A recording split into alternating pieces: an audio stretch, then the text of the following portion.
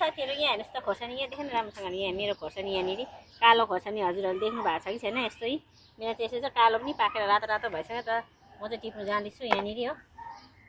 भाडा पनि दामी छ है टिपेर ल्याएको टिपेर ल्याएको अरे सरी टिप्नु ल्याएको हो होइन माइला दाजु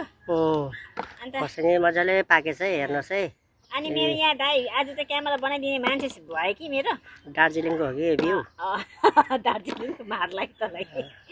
हो अन्त यहाँनिर क्यामेराम्यान चाहिँ हाम्रो यहाँ गाउँकै दाइ हो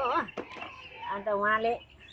ल खोर्सानी टिप म भिडियो बनाइदिन्छु अरे त्यही कारणले अस्तिदेखिको क्या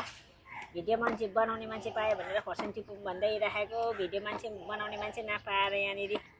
आज त ठिक्कै पाएँ हो अन्त खोर्सानी टिप्दैछु हेर्नु साथीहरू ला यो त कलिलो रहेछ टिपी पठाएछु पिरो हुन्छ कि हुँदैन यो खालको खोर्सानी थाहा छैन मलाई हो खोर्सानी मात्रै राम्रो होइन है मान्छेमा राम्रो छ भने राम्रो हेर्नुहोस् ल राम्ररी हेर्नुहोस् है मलाई पनि यहाँ खोर्सानी यस्तो हुन्छ हो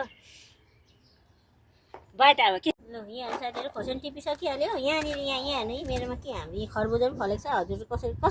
कसरी किलो छ अहिले बजारमा खोर्सानी ए खरबुजा 60 रुपियाँ किलो म 20 रुपियाँ किलो दिन्छ आउनुहोस् है यहाँनिर ल यहाँ के छ के फलाछ यो चाहिँ के को बोट होला है साथीहरू थाहै छैन खरबुजाको हो मामा खाने खरबुजा फलेपछि खाने उहाँको साथी सबैजना के अरे बाउ भइसक्यो उहाँ मात्रै मामाको मामा बसेको कहिले बाउ बनिने केटी खोजिने एउटा यहाँ मामालाई भयो